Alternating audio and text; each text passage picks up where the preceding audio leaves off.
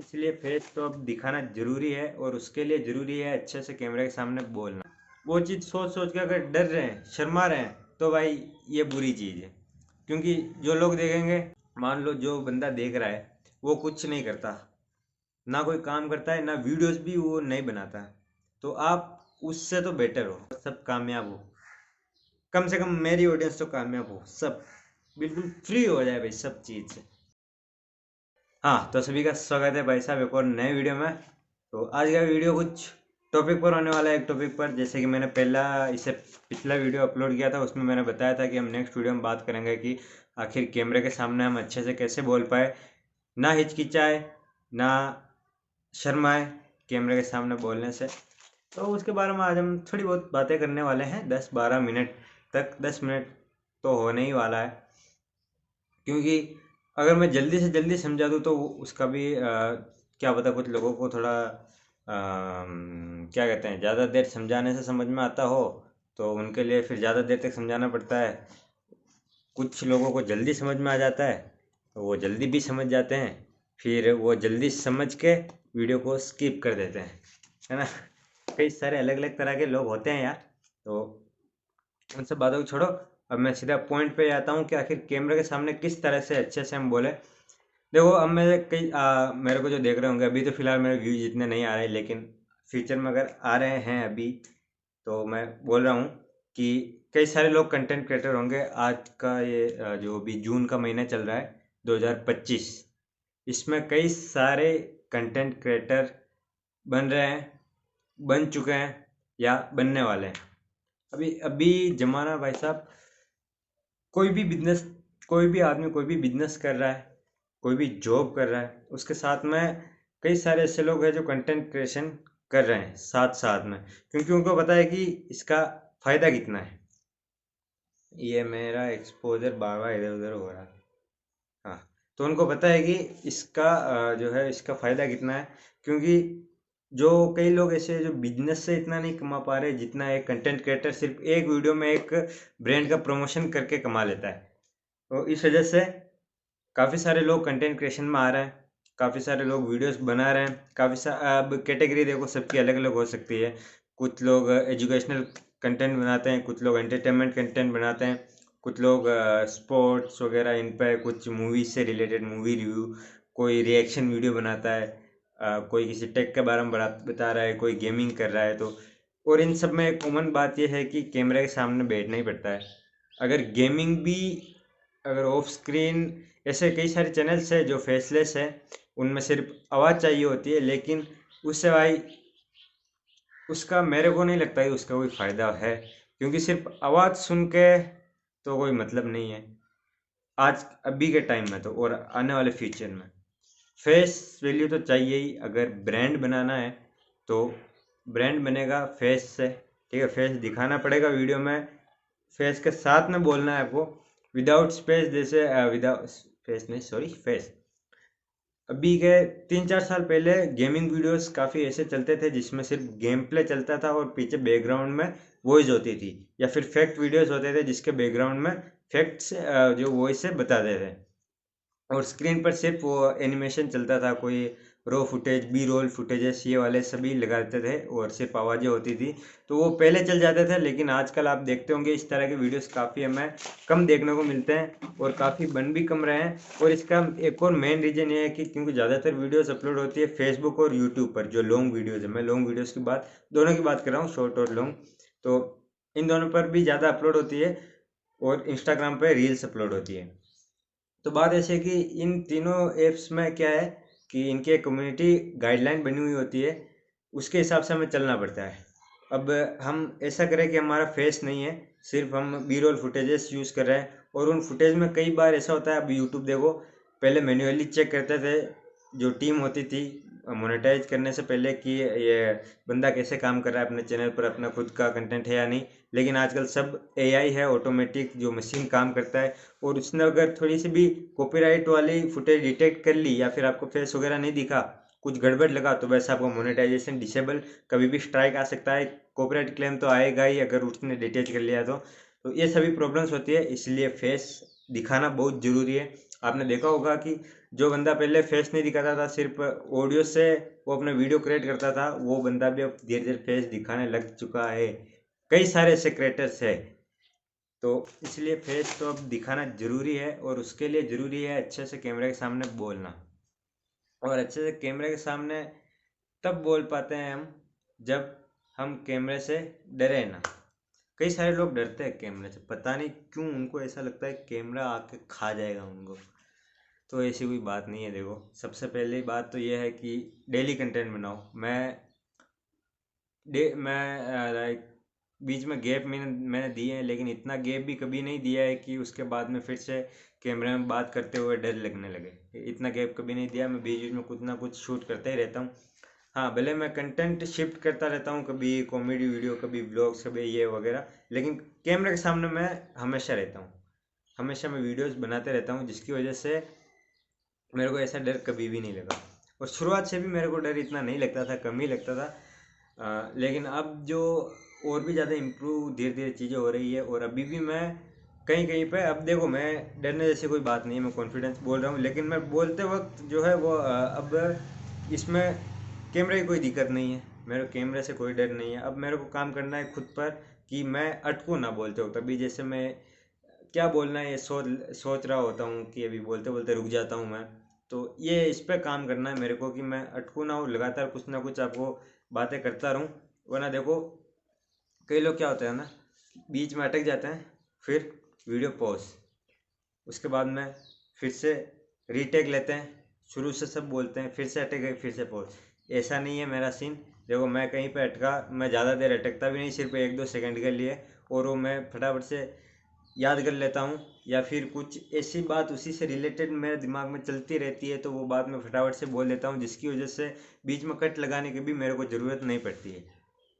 इतना तो सभी अटकते हैं। आप बड़े से बड़े स्टार को ले लीजिए, सेलिब्रिटी को ले लीजिए, क्लियर काफ़ी कम लोग बोलते हैं, बीच बीच में अटकते सब है। इसी तरह से अगर आप कैमरे के सामने बोल रहे हो, अटक रहे हो, तो ये देखो, ये मेरे साथ भी अभी तक होता है, जबकि मैं लगातार कंटेंट काफ़ी टाइम से बनाता आ रहा हूँ। अब बात करते हैं कॉन्फिडेंस की। तो देखो यार, कॉन्फिडेंस आएगा कैसे? जब आप वीडियो लगातार बनाओगे तब। एक दिन वीडियो बनाया, उसके बाद 10 दिन नहीं बनाया, 11वें दिन फिर से बना रहे हो, तो उस ऐसे सिचुएशन में तो भाई कॉन्फिडेंस लो होगा ही, और कैमरे के सामने झिझक होगी बोलने में। और कई सारे लोगों को शर्म आती है कैमरे के सामने बोलने से, जैसे कि वो कैमरा ना हो उसकी, समझ रहे हो ना? ये ऐसे शर्म आती है क्यों भाई? ये सिर्फ एक लेंस है, एक जो है ये गैजेट है, जिस पे हमें बोलना है, हमें किसी इंसान के सामने। आप ऐसा समझो ही मत कि हमारे सामने कोई इंसान है। कई लोग ना ये समझ के बोल नहीं पाते अच्छे से कि ये वीडियो कौन देखेगा, जो देख रहा है वीडियो उसके दिमाग में क्या चलेगा मेरे वीडियो देखने के बाद। और एक काफ़ी अच्छी चीज़ भी है ये, अगर इसको पॉजिटिवली हम देखें कि वो बंदा किस तरह से मेरे बोलने के स्टाइल को ऑब्जर्व करेगा, क्या चीज़ें नोटिस करेगा, उस सारी चीज़ों को हमें देख के अगर हम उसे इम्प्रूव करते हैं तो ये काफ़ी अच्छी चीज़ है। वरना हम वो चीज़ सोच सोच के अगर डर रहे हैं, शर्मा रहे हैं, तो भाई ये बुरी चीज़ है। क्योंकि जो लोग देखेंगे, मान लो जो बंदा देख रहा है वो कुछ नहीं करता, ना कोई काम करता है, ना वीडियोस भी वो नहीं बनाता है, तो आप उससे तो बेटर हो। कम से कम आप बना तो रहे हो, आप जैसे तैसे भी बना रहे हो। भले ही बोलने में हकलाते हो, या फिर अटक अटक के बोलते हो, या फिर थोड़ी बहुत शर्म भी आ रही, लेकिन उससे तो बेटर हो ना। तो उसके बारे में मत सोचो कि जो वीडियो देख रहा है वो क्या सोचेगा, मेरे बारे में क्या सोचेगा। क्योंकि अगर एक बार कम्युनिटी बिल्ड हो गई, तो आपको पता है कि सोशल मीडिया पर फॉलोअर्स अनलिमिटेड है, जितने चाहो उतने फॉलोअर्स, क्योंकि दुनिया में कई सारे लोग हैं। अब इतने सारे लोग जब आएंगे, तो उसमें से कई सारे लोग तो नेगेटिव होंगे ही। आप पहले जितना चाहे उतना बढ़िया से कैमरे के सामने बोलो, कुछ भी कर लो, वो नेगेटिव बोलने वाले बोलेंगे ही, तो उनके बारे में सोचना ही नहीं है, और प्रैक्टिस करते रहना लगातार। और एक और बात कि आप खुद को मत देखो। कई लोग क्या करते हैं ना, यहाँ पर स्क्रीन चलता है कैमरे का, वो खुद को देख लेते हैं, तो उन्हें लगता है यार ये सही नहीं आ रहा है, ये इधर से ये लुक सही नहीं है, पीछे का बैकग्राउंड सही नहीं।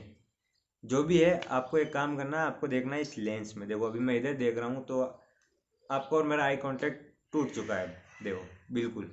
अब देखो, अब आपको लग रहा होगा कि मैं आपकी तरफ नहीं देख रहा, जबकि मैं अब लेंस की तरफ देखूँ तो आपको ऐसा लगेगा मैं डायरेक्ट आपसे ही बात कर रहा हूँ।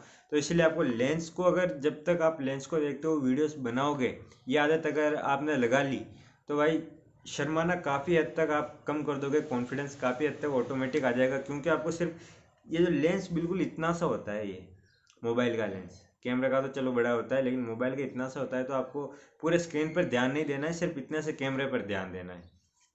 कई सारे लोग डरते हैं, आसपास में जो लोग होते हैं वो क्या कहेंगे क्या कहेंगे। तो भाई आप कॉन्फिडेंस एक बार हो जाओ कैमरे के सामने, उसके बाद लोग भी आपके कॉन्फिडेंस को देख के कहेंगे यार मैं तो ऐसा नहीं हूँ इसके जैसा, जैसा ये बोल पा रहा है वैसे मैं तो ना बोल पाता। कई सारे लोग ऐसे सोचते हैं ना कि अभी मैं जैसे वीडियो अगर कोई शूट कर रहा है, ज़्यादातर ये व्लॉगिंग केस में होता है, बाहर कोई वीडियो शूट कर रहा है, कोई आदमी बैठे बैठे देख रहा है, घूर रहा है हमें। कई सारे लोगों को लगता है ये मेरे को पागल समझ रहा होगा, ये कुछ दिमाग में ऐसा कुछ उल्टा सीधा ही सोच रहा होगा। लेकिन क्या पता वो आदमी ये सोच रहा हो कि ये मुझसे बेहतर है, मैं तो ऐसे कैमरे के सामने बोल भी नहीं पाता हूँ, ये किस तरह से बोल रहा है। तो वो आप में वो चीज़ ऑब्जर्व कर रहा हो, तो ये आपको तो नहीं पता ना। हो सकता है वो देख रहा है कि आप कितने टैलेंटेड हो, कितने अच्छी तरीके से बोल पा रहे हो, मैं क्यों ऐसा नहीं बोल पाता, मैं भी कोशिश करूंगा इसके जैसा। तो वो बैठे बैठे वो चीज़ आपके अंदर से वो ढूंढ रहा हो, तो वो चीज़ ऑब्जर्व कर रहा हो, तो वो माफ़ करना बोलने में थोड़ी ऊपर नीचे 19-20 हो जाता है। मेन बात है आपको आपका समझना कि देखो, जो लोग देखते हैं ज़रूरी नहीं वो हर बार हमें ऐसे पागल या ऐसे बेकार नज़रों से ही देखते हैं, नहीं, कई बार लोग अच्छी नज़रों से भी देखते हैं। क्योंकि आजकल ज़्यादातर लोगों को ये पता चल चुका है कि इंटरनेट क्या है, कंटेंट क्या है, वीडियो बनाने से आखिर क्या होता है और इसमें कितना दम है। ठीक है, अच्छे अच्छे सेलिब्रिटी वगैरह भी सब इसमें आ रहे हैं, और अच्छे अच्छे नेता अभिनेता सब आ रहे हैं। तो इसलिए डरने की बात नहीं है, और कंटेंट क्रिएशन चालू कर दो अगर नहीं किया है तो, क्योंकि फ्यूचर इसका काफ़ी स्कोप है, 100% है। वैसे फ्यूचर का कुछ कह नहीं सकते, लेकिन जहाँ तक लगता है वहाँ तक ये है 99% इसका स्कोप फुल होने वाला है फ्यूचर में, क्योंकि कंटेंट्स भर भर के आने वाले हैं और कंटेंट क्रिएटर्स भर भर के आने वाले हैं, काफ़ी छाने वाले कंटेंट क्रिएटर। अभी फिलहाल कंपटीशन अभी फुल है, तो अभी नए नए क्रिएटर्स काफ़ी कम बन रहे हैं, लेकिन आने वाले टाइम में ज़रूर बनेंगे नए नए। ठीक है, तो इसलिए कैमरे के सामने से डरना नहीं। कैमरा एक फ्रेंड समझो, कैमरे को, कैमरा अपना क्या है, फ्रेंड है। जैसे दोस्तों के सामने आप ऐसे समझो, आप जिसके सामने बोलने से नहीं डरते हो ना, वो अब कोई भी हो सकता है, आप अपने हिसाब देख लेना। सामने आप बोलने से बिल्कुल भी नहीं डरते, कुछ भी बातें कर लेते हो, कैमरे को आप वो समझ लो, वो इंसान समझ लो। और हाँ, लेंस में देख के बात करना, अपने आप को ज़्यादा मत देखना, वरना फिर अपने आप को देखोगे तो हम खुद खुद को कभी पसंद नहीं आते। मैं तो आता हूँ खुद को, लेकिन आपके केस में अलग हो सकता है, तो इसीलिए लेंस में देखना। और जिससे आप जिस इंसान के साथ कंफर्टेबल हो आप कैमरे को वो समझना, और लेंस को उसकी आंखें समझ के उससे बात करना, और लोगों से डरना नहीं। रोज़ रोज़ प्रैक्टिस करना तो कैमरे के सामने अच्छे से बोलना सीख जाओगे। मैं भी अभी सीख ही रहा हूँ, ऐसा नहीं कहता कि मैं बोलना सीख चुका हूँ, बिल्कुल। मैं डेली कंटेंट क्रिएट करता हूँ, तो उससे धीरे धीरे और भी सीख रहा हूँ मैं। आप कंपैरिजन कर सकते हो, मैंने वैसे पिछले वीडियो में या मैंने कई बार कहा है कि मेरे पुराने वीडियो और नए वीडियो में आप कंपैरिजन करो, तो आपको फ़र्क इजीली नज़र आ जाएगा कि आखिर कौन सा कि कितना इम्प्रूवमेंट हुआ है। ठीक है, मैं अभी कोई स्क्रिप्ट नहीं है, अभी मैं इतना जो बीच बीच में अटक रहा हूँ ना, वो इसलिए क्योंकि मैं विदाउट स्क्रिप्टिंग आपसे बात कर रहा हूँ। अगर मैंने स्क्रिप्ट बना ली एक बार और उसे अच्छे से पढ़ लिया, उसके बाद में तो मैं अटकूंगा ही नहीं। ठीक है ना, विदाउट स्क्रिप्ट इसीलिए मैं थोड़ा बहुत ऐसे बीच बीच में सोच रहा हूँ कि आखिर क्या बोलना है। कई सारे पॉइंट एकदम से दिमाग में आ जाते हैं, तो उनको लाइन टू लाइन जमा कर बोलना पड़ता है, तो इसीलिए आई होप। देखो भाई 10-12 मिनट का था, लेकिन अब 15 मिनट होने को, तो बस यार अच्छे से काम करो, डेली वीडियोस बनाते रहो, प्रैक्टिस। भले ही आप उसे सोशल मीडिया पर अपलोड करो या मत करो, वैसे तो करो, अगर अच्छी बनाते हो तो करो, जैसे ही बनाते हो आप कर दो। ठीक है, क्या पता कौन सी वीडियो चल जाए। देखो, जरूरी नहीं तो मैं बोल रहा हूँ मैं क्रिएटर बनूंगा अच्छा तभी आपको बोल रहा हूँ, नहीं, मुझसे पहले आपकी किस्मत चमक सकती है। बस आपको कोई कहने वाला चाहिए तो मैं कह रहा हूँ कंटेंट बनाओ। मैं भले ही फ्यूचर में कंटेंट क्रिएटर अच्छा बनूँ या ना बनूँ, मेरा चैनल चले या ना चले, क्या पता आपका चल जाए, कुछ भी हो सकता है। मैं ये नहीं मानूंगा कि मैं आने वाले टाइम में सिर्फ मेरा ही चलेगा, ऐसा कुछ नहीं यार, किसी का भी। या क्या बता, आप आज स्टार्ट करो और आज ही आपका पहला वीडियो वायरल हो जाए। तो इसीलिए बस मैं आपको बता रहा हूँ कि अच्छे से वीडियोस वगैरह बनाओ, कैमरे के सामने डरो मत, कैमरे से अच्छे से बातें करो, कैमरे को फ्रेंड समझो, लेंस में देख के बात करो, डेली प्रैक्टिस करो। और हाँ, पब्लिक जरूर करना, क्योंकि किस्मत कभी भी चमक सकती है।